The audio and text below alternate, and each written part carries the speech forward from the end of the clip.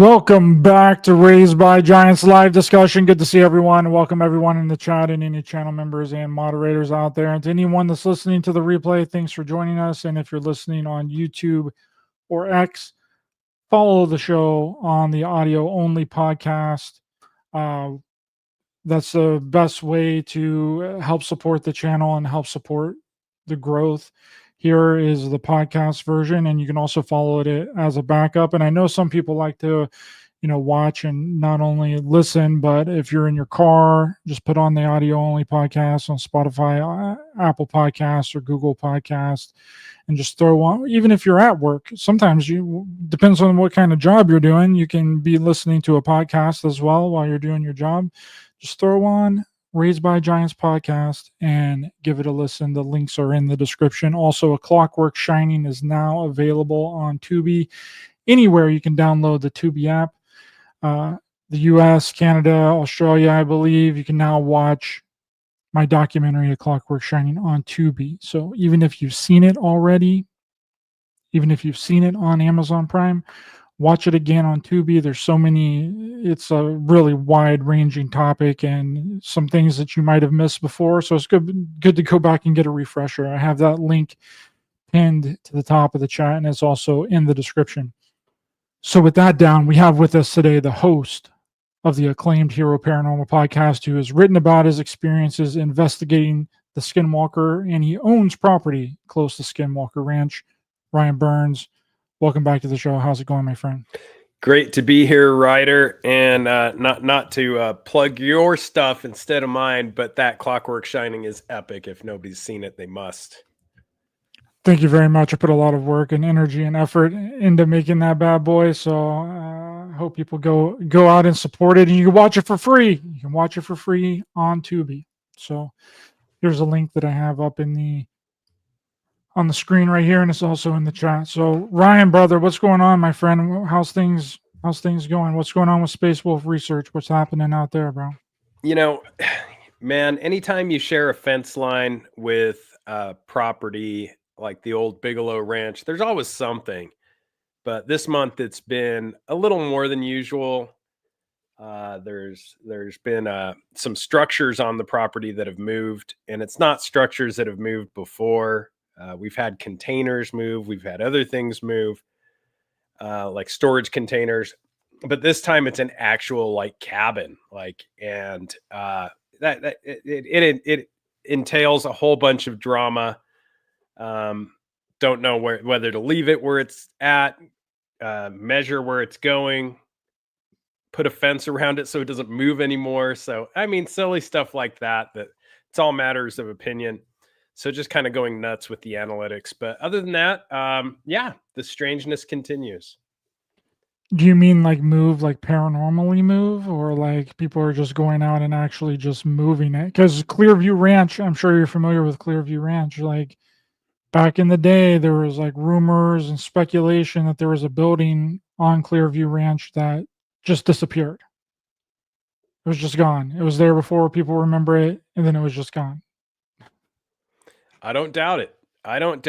And yeah, this is stuff just anomalously moving. And as I said, weight and size seem to not be an issue, which is a little bit frustrating. And I'm preoccupied because of like the safety concerns and, what's next. But yeah, this is, it's never moved more than 20 feet. None of the moves, whether that be massive 40-foot steel containers or the cabin itself. The movements are never larger than 20 feet in distance, which is really strange. And I've got to admit that that's odd that it won't move more than that, but that doesn't mean it can't in the future. And we've had, as you know, full-size RVs just get vaporized in the middle of the day by apparently energetic strikes, leaving nothing but like broken glass and molten metal on the ground. So there's dangers, but it's interesting. I enjoy this type of stuff, and I tried not to get too preoccupied with it. Just take down the data and move on. So something is literally moving your cabin. Yeah, I've had some interesting I've had people that work in the oil field contact me, and this has happened in the past, or neighbors, across the road, down the road, or the caretaker that's over on the property, and, probably the most notable was the 40-foot steel container because there's only one way in or out of the property to where that particular container is. And the caretaker was there that evening, and he called me in the morning and he said, "Hey, your container's gone." I said, "What do you mean it's gone? Are you sure it's gone?" He's like, "Well, yeah, I'm looking back there and I don't see it." And I convinced him over the phone to walk back there. And when he walked back there, he's like, "Oh man, it is here." But it had been moved, so it was completely out of the line of sight, kind of tucked away, hiding behind this other cabin that I'm telling you has moved now. And so you don't know if this intelligence or whatever this entity is, or whatever is roaming the landscape. I tend to call it a precognitive sentient intelligence, but it could be a number of things. It does seem to really like to engage in trickster behavior. And sure enough, I mean, we thought it was gone until the caretaker walked all the way back there and realized, no, it's just hidden. And um, that particular case, it moved from east to west to a north to south direction.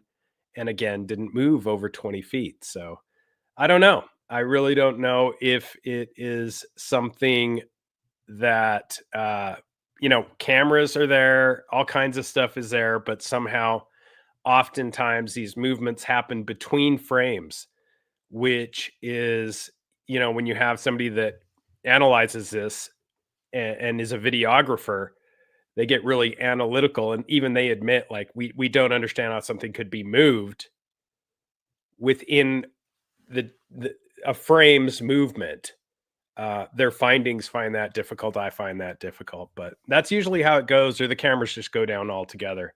And there's a number of other things that are weird right now, but just pull up your bootstraps and keep going, I guess. How heavy approximately would one of those steel containers be? I used to know off the top of my head. I want to say definitely over 1,000 pounds, probably close to 1,800, and that's unladen, so without any weight. And I could be a little bit off on my measurements, but they're not light. It's really a heavy deal. So it would be hard for like a group of people to go out and move it 20 feet?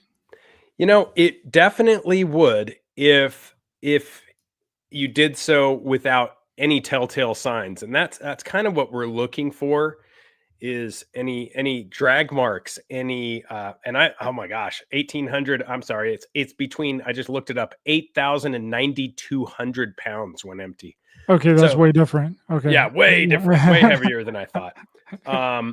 And yeah, it's for a 40-footer, sea container, Connex, whatever you want to call it. But what we're looking for is like drag marks. Obviously, even anything that moves, something that heavy is going to leave indents in the dirt, uh, tire marks. But when these things happen, not even a blade of grass seems to be moved, and the ability to like put it close to other structures, like as an example of the Connex, the steel container, it literally appears to have been dropped down because it bent down part of the roof of this structure it was hiding behind. And I mean, you couldn't even get your finger between some of the spots. That's how close it gets to, other structures. So I don't know, but they're heavy. 8,000 pounds is pretty heavy. That would take a group, a large group of really strong men to be able, well, maybe women too. Maybe it's women. Maybe it's a group of very strong women that did it, Ryan. Yeah, That makes women in sense. men's sports for sure. I don't know. I don't know. You know, I've called people to like uh kind of analyze how you would go about doing this if you were going to do this under the cover of darkness, and just try to pull one off on somebody. And you know, there's the cost involved, there's the noise involved, to get by the caretakers quarters, you know, only one entrance in and out. The additional possibility of wrecking or damaging something in the dark. It's just really strange, but it's really not strange for that area. You hear about weird things all the time. And even if you have eyes on stuff, you know, you'll have stuff go missing all the time. For example, I got a new cell phone, a new iPhone, and it'd been a while, you know. I was really excited because it'd been a while that I'd had a new iPhone. And you don't want to go into some of these areas of high strangeness with emotional charges, I like to call them, or anything that's on the radar to this precognitive sentient intelligence. And this was definitely on the radar this trip. I was really excited about my new phone.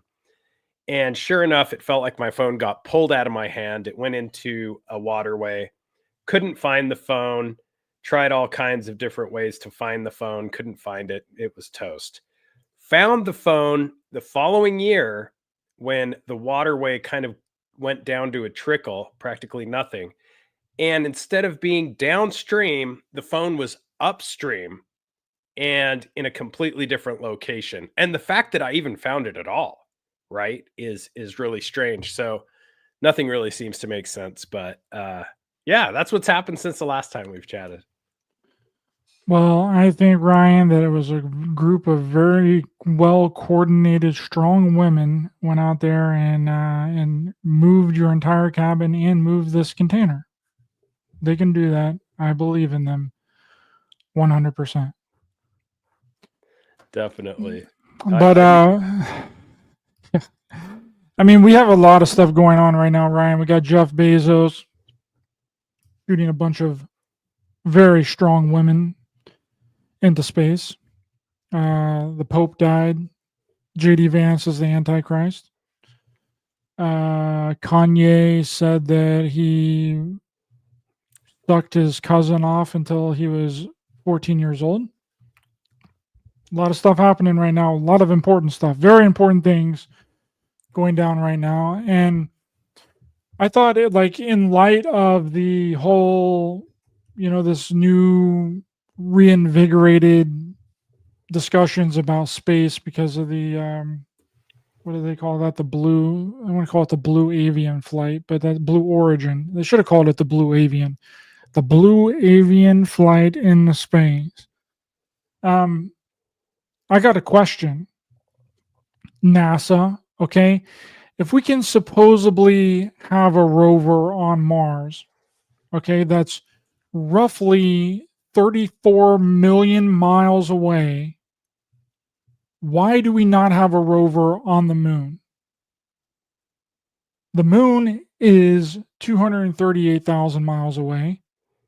Why do we not have a lunar rover up there? I think it just comes back to you know, the shape of the rocket, these amazing women on board, and you know, it's all about sex and rockets, and I guess the moon's just not sexy enough. If you look at the occult world of Jack Parsons, there's a book called Sex and Rockets, and this is the new space cult. This is all this stuff is related. You know, the if you believe in panspermia, the rocket is obviously a phallic symbol, and it's literally a burnt offering, a flying burnt obelisk, and it's entering into space, which would be like the feminine cosmic.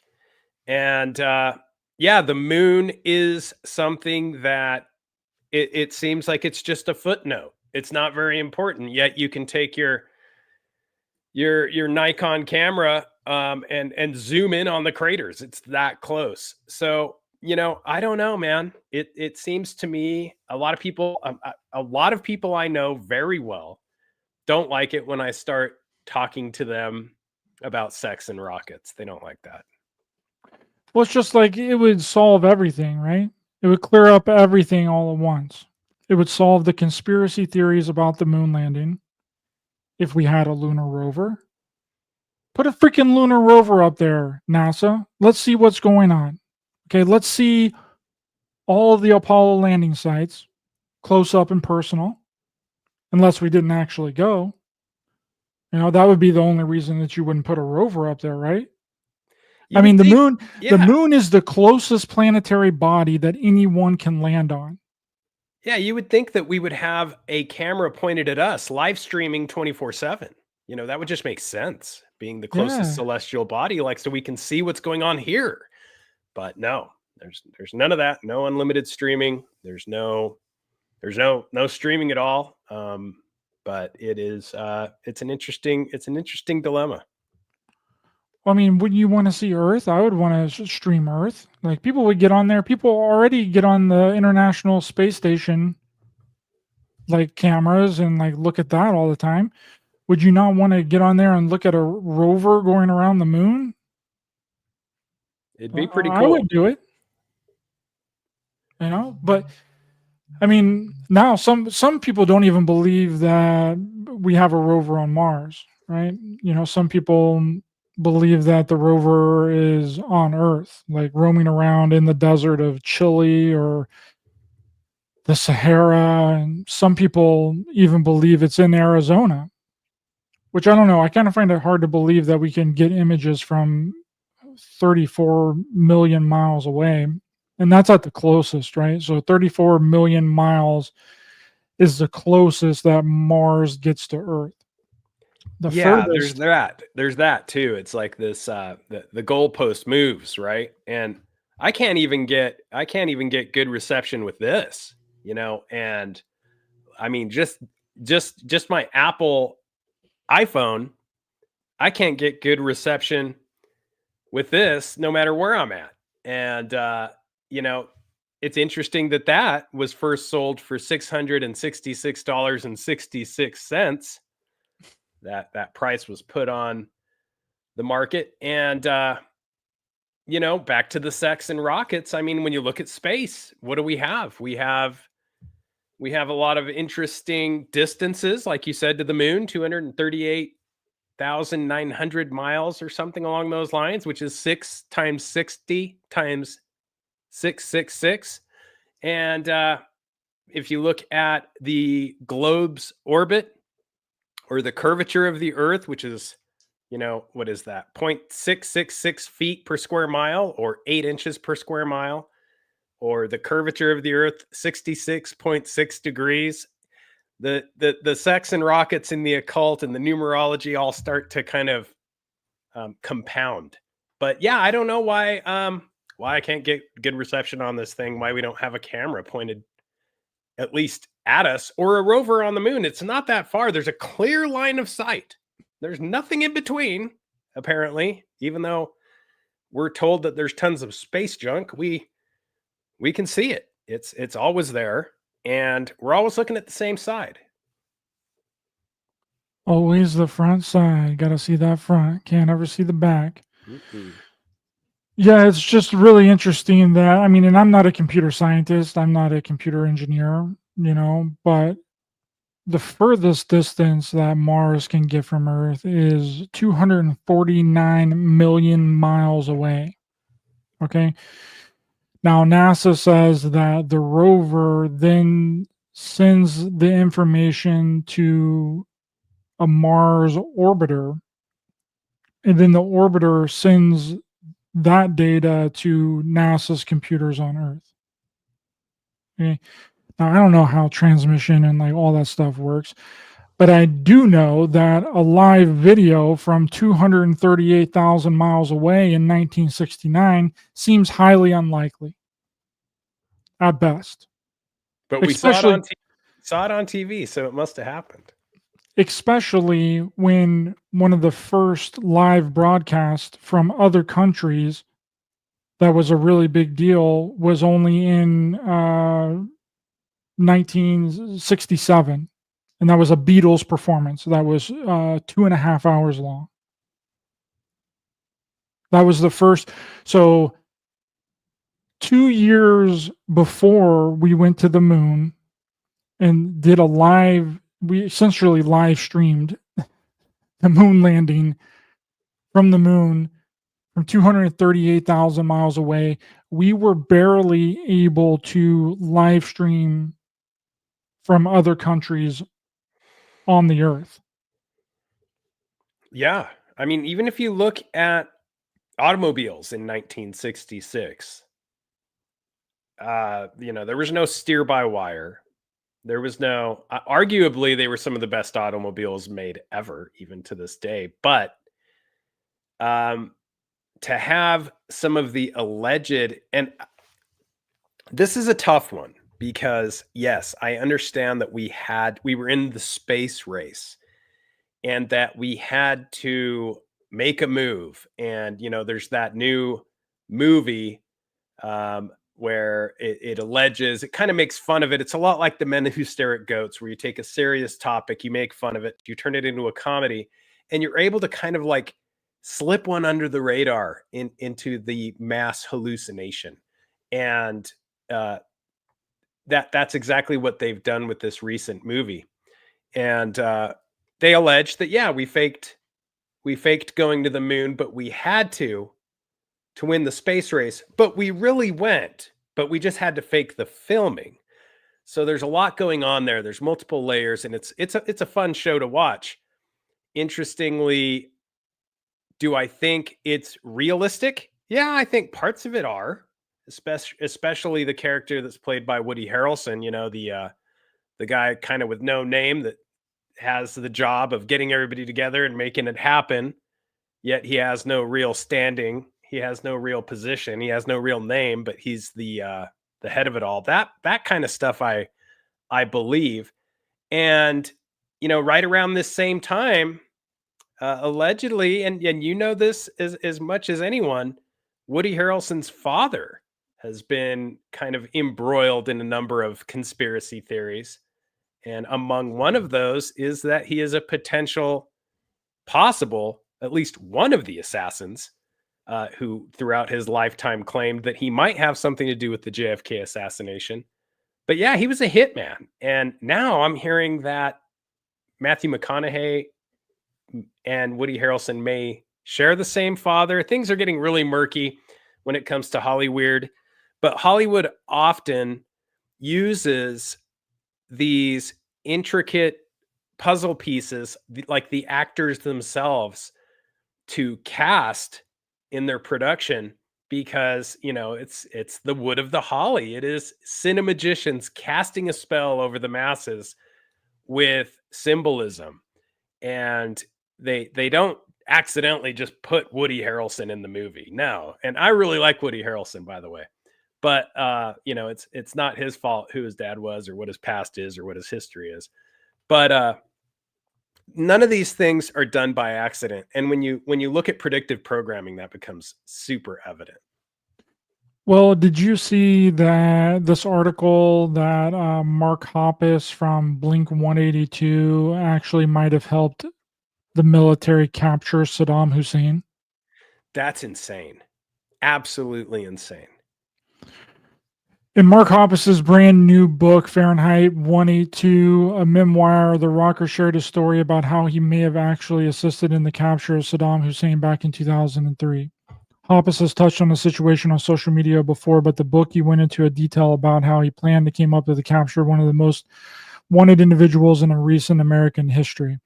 "So I have a plan on how to capture Saddam Hussein," the musician recalled telling Navy Admiral on board an aircraft carrier in the Persian Gulf.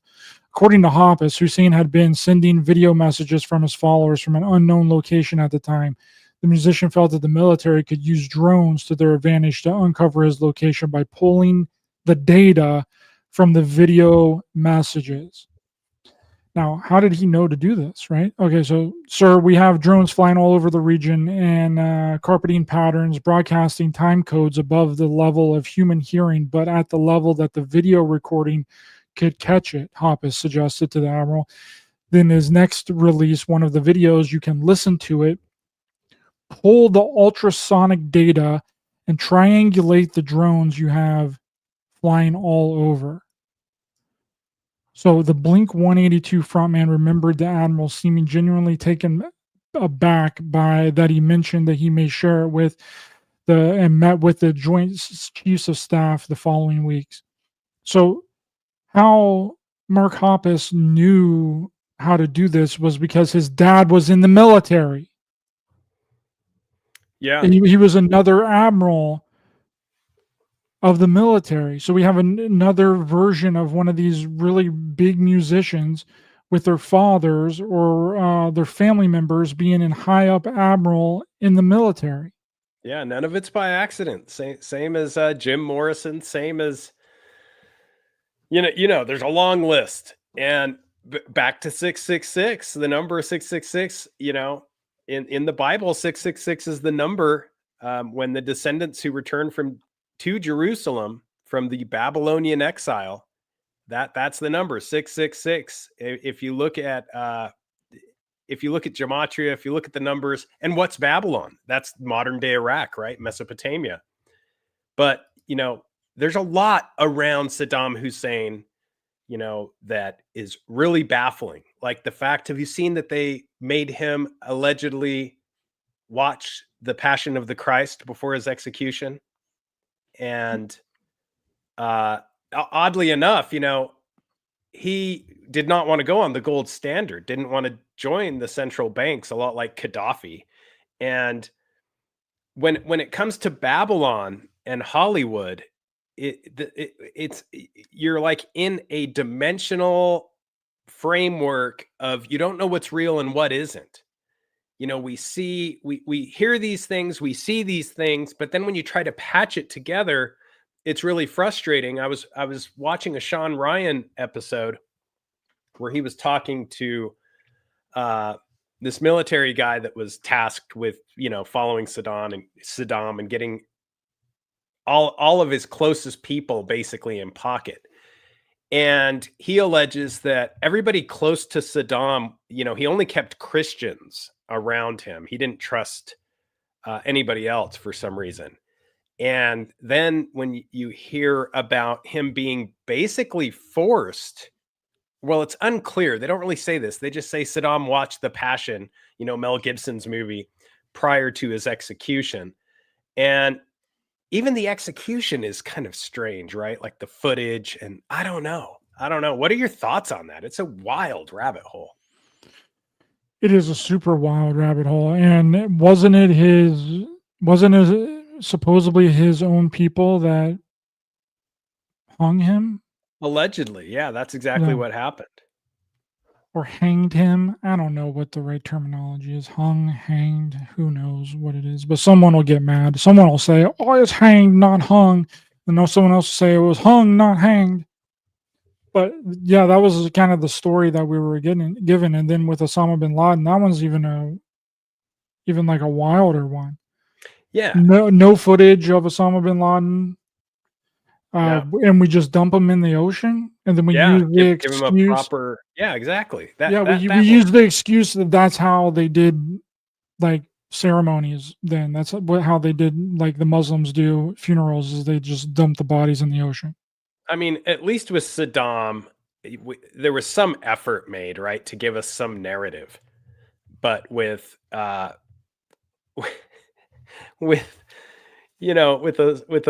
bin Laden, there's zero narrative.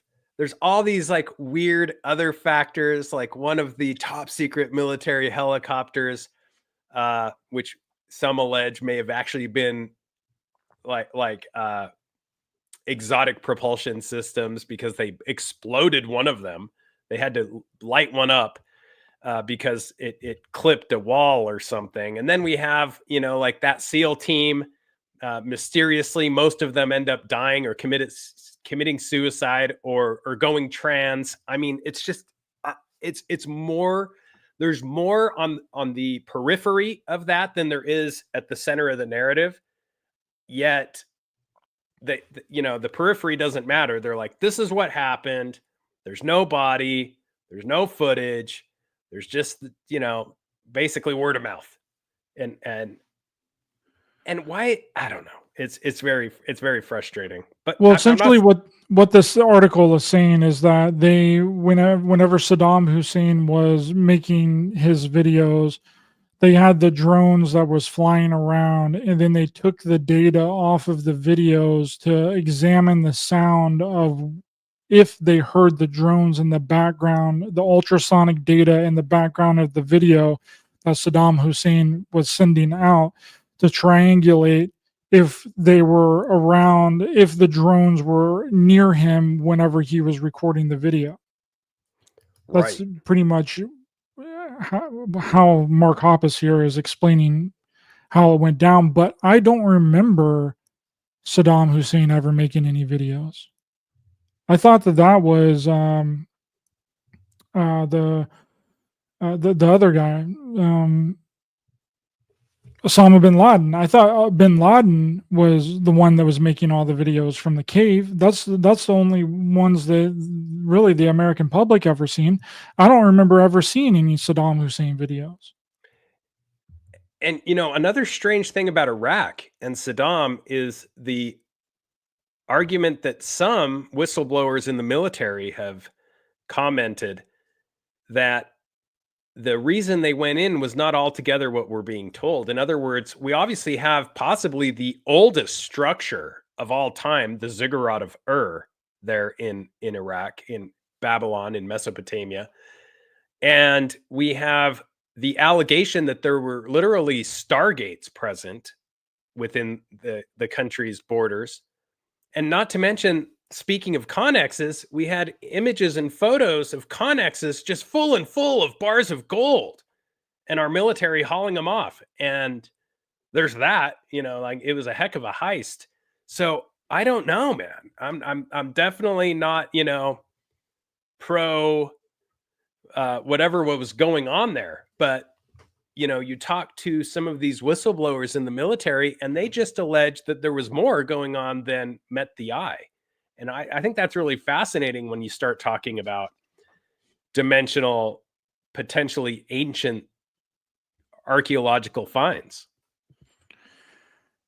And then also the reports of the military just going into all their museums and just raiding all of the museums. Okay, like, why would you do that? And then why would you use a lot of these ancient sites as like target practice, right? Why would you destroy a lot of these ancient sites? It begs the question, was this more of an ancient weapons of mass destruction and not like a weapons of mass destruction as we think of like a nuclear bomb or some kind of nuclear technology? Was this more of a ancient weapon, like a Stargate, like some kind of interdimensional technology that has been long lost to humanity, and that's why they had to essentially go in and like try and figure it out or find it or destroy any of the relics in the museum or whatever. It's an interesting concept. I don't know That would make anything was sense, actually. I mean, that would make sense, because otherwise, I mean, this guy had some balls on him. Like Saddam, he wasn't scared of us at all. And, kind of to your theory, if that's a good backup theory. I mean, if he believed there was something like that on hand, why would he worry? Otherwise, I would just have to classify him as a madman, because he was absolutely fearless of the most powerful army on the planet, and he was just like, whatever, light up another cigar with my $100 bill. And not, the way that he's portrayed is, and the way he's portrayed is very different than people in Iraq portrayed him, which I found very strange, that allegedly his own people did that to him. And it's kind of the same thing with Gaddafi, right? They did the same thing with Gaddafi, where allegedly his own people did that. And yet Gaddafi also would not go on the central banking system. They wanted to keep the gold standard, the gold reserve. and he had zero interest loans for, all of his population, and free education. And I mean, it just seems like that type of, when you're doing those types of things, where's the group that's going to come out and just take you out? When you're just offering free student loans, you want a house, no problem. Here's a 0% loan because we have so much gold in the palace that it's pointless. The oil keeps coming out of the ground. We just keep stacking bars in the back. And this is not an ideal scenario if you are a central banker. The last thing you want is everybody to be like Saudi Arabia. You want people in debt. You want people enslaved to that debt. You don't want free things given. I mean, the interest rates on houses right now, the housing market is completely ridiculous in the United States. Yeah, I just did a refinance for 7%, which is, I know, compared to like we've had higher, but that's so much money that they're just squeezing out of you for nothing. I mean, because it's just, it really makes no sense. You look at the housing market, and I mean, that's nearing and this is troublesome, because here it brings us back, to this 666 number, and the number of the beast, 666, and of course the descendants who return to Jerusalem after their Babylonian exile. And Babylon is the bad guy because they're getting rid of them. But, this has happened time and time again. And I'm, just for the record, I'm an 8th Ashkenazi Jew. I found that out. I knew that I had a Jewish background. On my grandmother's side, it's the last name was Silver. And they were in Salt Lake City, and they had the first foundry known as, their last name, the Silvers. Hiram Silver was his name. And, this was an interesting place to go, to Zion, which is Salt Lake City, Utah, being of Jewish descent. And sure enough, they were from New York. They were Ashkenazi. And I was shocked to find this out. So I'm an 8th. But yeah, you find out that these guys were literally kicked out of almost every place they went. It's like they would raise to the tops of society really quickly because of usury and other they're very business savvy, but then eventually the locals would kick a lot of my descendant, or my ancestors out, and they go to the next place. And they were very much like the gypsies, like you have this bad connotation when people speak of gypsies or things of that nature, but it's the same thing. They'll show up in town, and within a year they're in all the positions of power, and it's like, let's get rid of these gypsies. And no shade on gypsies, no shade on anybody, but it's really strange that it seems like the same bloodlines keep being in charge, even if it's behind the scenes. And yeah, I don't know. The banking system, it's an interesting dilemma, especially when you look at what made it happen, right? Back to the Babylonian banksters. It was all money magic. Well, I'm sorry, Ryan, but you're no longer allowed on my show since you are an Ashkenazi Jew. You're going to have to exit immediately. I'm just joking, of course. That is funny, though. Did you do a DNA test? Yeah. So I even have some of the original shares of stock in the foundry on my wall that I'm looking at here. So the Silvers, they came from New York, and they were already fairly wealthy when they showed up in Salt Lake City.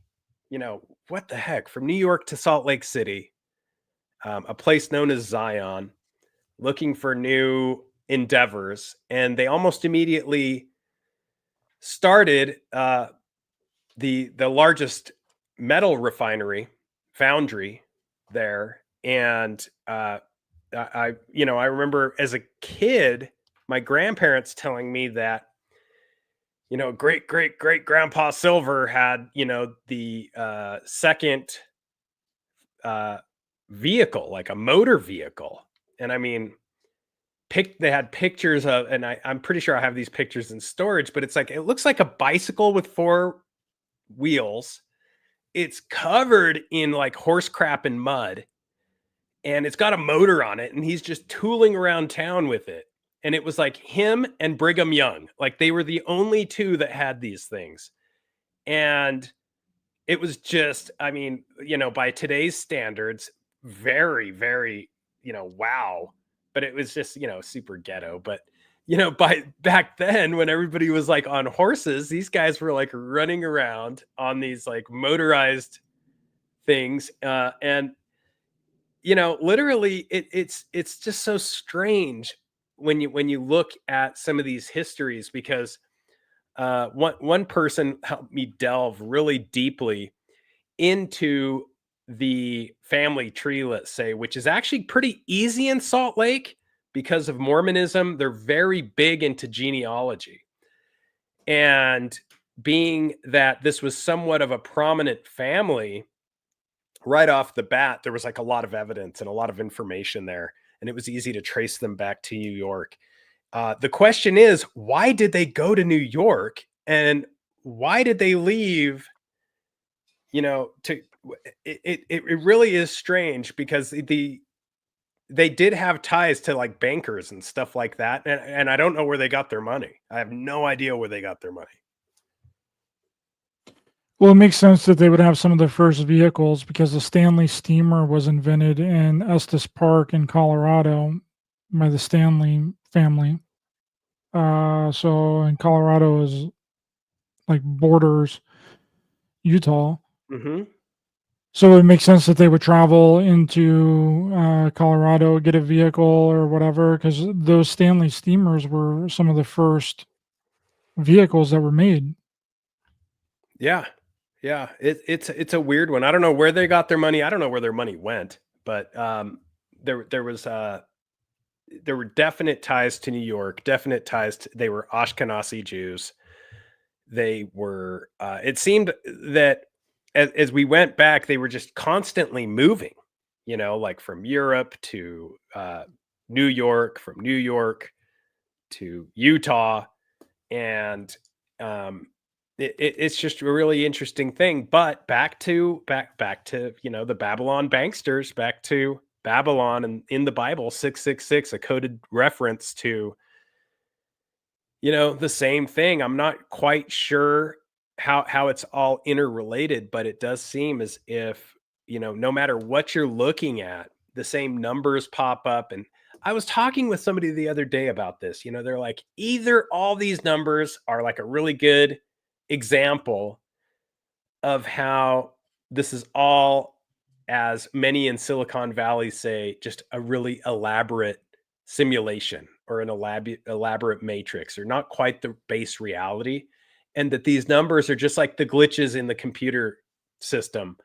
But I think there's more to it than that, because there's always this like occult undertone, whether it is central banks basically using money magic that comes from Babylon, and it's the same bloodlines, and the Templars dip their fingers into it, and you have these recurring esoteric occult layers that, if it was just a computer program, I don't know why that would keep popping up. The numbers should be enough, right? So I don't know, man. Order of the Golden Dawn, baby. Chloe, welcome. Thanks so much for being a Ryder Ranger channel member. A new channel members episode is going to be dropping next week for all the channel members out there. But yeah, we were talking the other day about the Order of the Hermetic Dawn, or the Order of the Golden Dawn. And it turns out that that is where a lot of this occult and esoteric knowledge came from. This order was the first, essentially. Yeah. And that mixes in with Aleister Crowley and a lot of these early on occultists. And apparently the Order of the Golden Dawn is still in order and is still active to this very day. 100%. Aleister Crowley he was a member of the Hermetic Order of the Golden Dawn, and he used almost all of its aspects to create the Lima. And of course, we have Jack Parsons again, back to NASA, back to 666, and, sex and rockets. And, what he was utilizing during the day, he's making solid fuel for rockets. And at night, he's practicing, high occult rituals in the deserts, and very much trying to bring into this reality entities that were very powerful. The Babylon working. There we go, back to Babylon. And interestingly, for being a sex crazed occultist, he was a heck of a father of modern rocketry. And for years, the most powerful thrust, shape, and propulsion system had to go through the orifice of a pentagram. So which a lot of people don't realize, that if you look at the rockets during the time of Jack Parsons, they were all in the shape of a pentagram, and this would get maximum thrust. Now they adjust and they're all electronic, and they're not like stationary as they were before. But I do think all this stuff is interrelated. So the shape of the rocket was, yeah, because it would had like six Yeah, wings, like right? on the bottom, like where the bottom 5 rocket. wings. Yeah. Yeah, on the bottom of the rocket where it shoots out, it was like if you had a cookie cutter, it would be in the shape of a pentagram. Which is very strange, because here we go back to like the Babylon working, back to the Hermetic Order of the Golden Dawn, back to Aleister Crowley and Thelema, back to all these magical systems that very much include the pentagram in almost all rituals. Do you think that King Solomon, because it kind of also seems like King Solomon, if you believe that he was a real person and you believe in the Bible and not just as an archetype or a allegory or an astrological symbol, it seems like King Solomon was the one that kind of released these entities like from their slumber, and then they were kind of allowed to like then roam around, and then that's where you get into like possession, and then our technology that we have are entities inside of the technology, is our power lines infected with some sort of technological entity? I don't know, I'm believing that more and more every day. I think that there's something going on there, that we were kind of pushed in this direction of technological innovation so that some form of entity could then take on some kind of physical form. And that might sound super woo. I mean, we're on a woo train here today. We're always on the woo train with Ryan, but that seems to make sense to me, that we were kind of, now whether you want to believe that we got this information from some kind of entity. I mean, according to Alex Jones, people are doing drugs and going into these stasises and communicating with extraterrestrial entities that's giving them all this information. So is it out of the realm of possibility that somebody could be channeling something, like when you go back to like John Dee and Edward Kelly and stuff like that, where they were channeling these Enochian angels that was giving them this information in order to build a freaking ship or build technology? Could that be the case here? Could we have been in communication, because our technology advanced really rapidly, quickly? Several people have talked about this. Like, we've gone more technologically innovation in the last 50 years than we ever did prior in the history of the world. We've jumped more in the last 50 years than we ever did in the history of anything. So could it be possible that we were in communication with some sort of higher entity, the higher entity, demon, whatever you want to call it?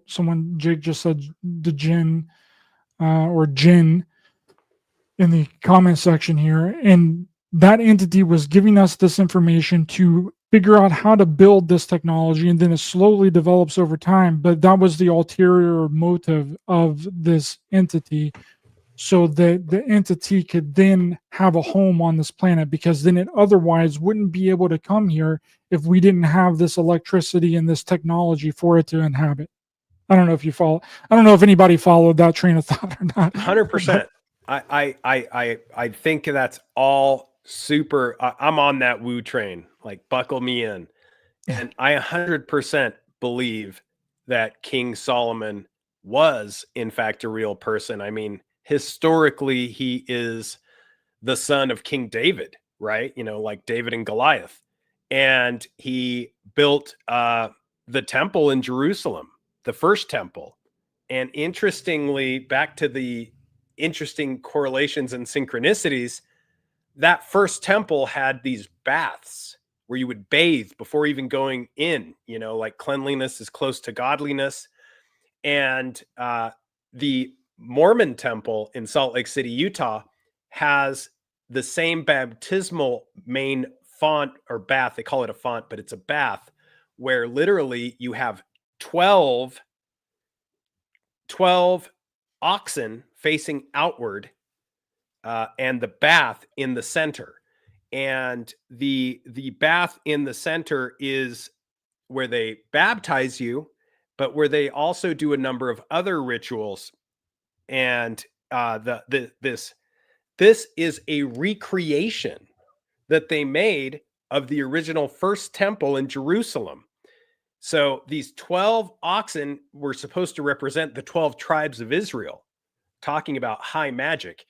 And yeah, King Solomon, I 100% believe he was a real guy. I 100% believe he was probably the most powerful sorcerer, wizard, or knowledgeable occultist of all time. You know, Aleister Crowley pales in comparison. And I 100% believe that the backup is there. If you've read the Testament of King Solomon or the Greater and Lesser Keys, the way that those are written, it's not just like, hey, let me spin a yarn. No, some of the stuff is so crazy and wild that it either has to be true or this guy's out of his mind, yet completely coherent. And in his wisdom, allegedly, you know, as you said, he imprisoned 72 principalities, and they all agreed on a number of things. And one of the things they agreed on is that there was this guy coming, right? Getting back to the Passion of the Christ, there was this angel number 644. You know, we know about the beast at 666, but this is also, you know, kind of important. If you're tagging, let's say that you or I are God, you know, pardon the blasphemy, and we have this array of cattle that we tag with different numbers. 644 and 666, I mean, they're kind of in the same ballpark, right? And allegedly, Lucifer or Satan or the Shaitan or the adversary, he was God's perfect creation. I mean, this was perfect. The problem was he knew he was perfect. He realized how beautiful and amazing he was, and he kind of started to believe his own hype.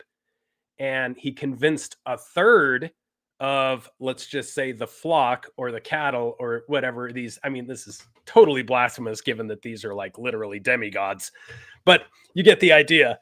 That he convinces a third of them, like, hey, I think we could probably overthrow this deal and take control of it all ourselves. But they all, this third, these 72 principalities, all agreed that this number 644, Emmanuel, who was coming, was going to kind of be their undoing. Like, he's got this new, it's almost like there's this new version of AI coming out and we're so screwed because this one has like this hack, this antivirus system where it cannot be tempted, it can't be penetrated, it can't be corrupted, and this kind of just pulls the rug out from under us, and our whole anarchy, or, you know, going against the government of heaven is going to be a blunder. And they all kind of said this to King Solomon, along with the crazy rituals that are outlined in those books and the sentiments. And back to the jinn, what did Solomon claim that he imprisoned them in? Lamps, you know, like in Aladdin, like the genie in the lamp. So, you know, 100%, I think that these entities exist. I think that they're out there. And as an example of that, in the Middle East, you find the exact same dark rituals that you find in other parts of the planet. And I'm talking necromancy, working with feces, the same color candles, the same imprints in the ground. I mean, as if, and the internet didn't exist back then. So these people had the exact same rituals, the exact same sorcery going on in different parts of the planet. The only way that could happen is if you have a non-human intelligence or something that can literally possess a person to do these rituals in exactly that way. But I think Solomon is 100. I think there's a lot of evidence that he was 100% a real person. His dad was a real person. And, you know, he built a huge temple. Now we're rebuilding that temple, but a different kind of temple, an AI temple, I think anyway. Right? Now we're spreading the temple everywhere. The temple is everything. The temple is everywhere, and the temple is you. Mm-hmm. Just like the Bible says that the temple is not built by hands. It's in front of, it's behind your eyes and in front of your ears. Boom, right here. That's why we have temples. That's why they're called temples. We are the temple. Mm-hmm. And then we're trying to build this external temple, which is artificial intelligence, that's going to be outside of us. And then that temple is going to spread everywhere and be everything. So we're going to have this artificial temple everywhere. I don't know. It's just my thoughts. Yeah, no, it's you're 100% there, because you know, with Solomon, and we have a Solomon de Rothschild, of course, which I don't want to get into that, but it's an important name, the name Solomon. And you know, here we have someone who is an advocate of Christianity, yet he is a master at Jewish mysticism. So Judaism, if you wanted to I mean, realistically, that was the sorcery, right? The Jewish mysticism, the Kabbalah. And he was able to kind of juggle these two things. But the problem is he was human, and he had his weaknesses, over 1,000 wives, among other problems.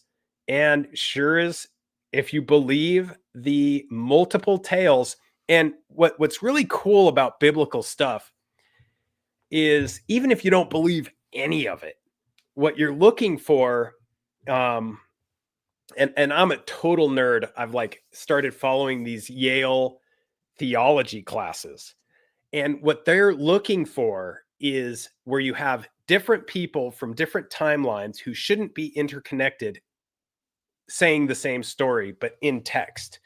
When they get that, when they get 2 or 3 or more, then they consider that historical text, and that's a relevant topic. So that's what they look like. These biblical scholars, that's what they look for, is like, okay, this now becomes history because it's not coming from one place or another place or 3 places that knew each other. It's coming from at least 2 or more places that did not have any interconnectivity. So and that's what we have with Solomon. That's what we have with a lot of the strange. And if you've ever read the Testament of Solomon and the Greater and Lesser Keys, they're super wild. So, you know, one is just about demons, right? The Testament is what happened. And in the Testament, it basically says, you know, like, I blew it for a piece of tail. I started worshiping Moloch for a second, and I felt all of God's energy just like evaporate out of me, and I knew I was screwed. And you know, caught him in just such an easy way, like he lit a little effigy for Moloch or something, and back to Baal. There we go, and he's hosed. Ball with the ball to bang, bro. That's right. Got to get down with that ball with the ball.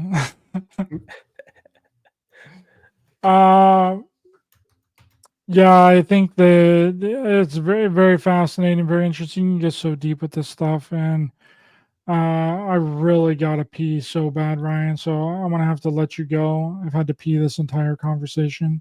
Right I there don't with you, have, man. I I don't, I drank too don't, much coffee. I don't have a pee bucket in here, so Just need to wear Depends, Ryder. Nobody would know. I need to get some Depends on, strap on some Depends on to me, so I can pee in my britches. Might be a Yeah. good idea. Space and sex and rockets, man. It all comes back to the occult magical principles, I think. Sex and rockets and Kid Rock, baby. That's all. That's what it's all about. Ryan, let people know where they can find you online, brother. You can find me, and I thought I got rid of these. Can you hear that? Yeah, I just heard it, but that was the first time during the show, so we made it all the way Right. through without Maybe it I going got on. rid of them and they came back. You can find me, my humble little podcast at heroparanormal.com, Hero Paranormal on YouTube, or if you want to follow the weird goings on in the basin, look for Space Wolf Research, and that's on Facebook and Instagram, or spacewolfresearch.com. Thanks so much, Ryan. Really appreciate your time here this evening. And for everyone else, please be sure to hit the thumbs up button to help the channel and the algorithm. Share, subscribe, hit the bell icon as well for notification, and watch my documentary on Tubi, A Clockwork Shining, and all of Ryan's info is in the description of this video. And we'll see you guys next time. Have a great weekend, everyone. Bye bye.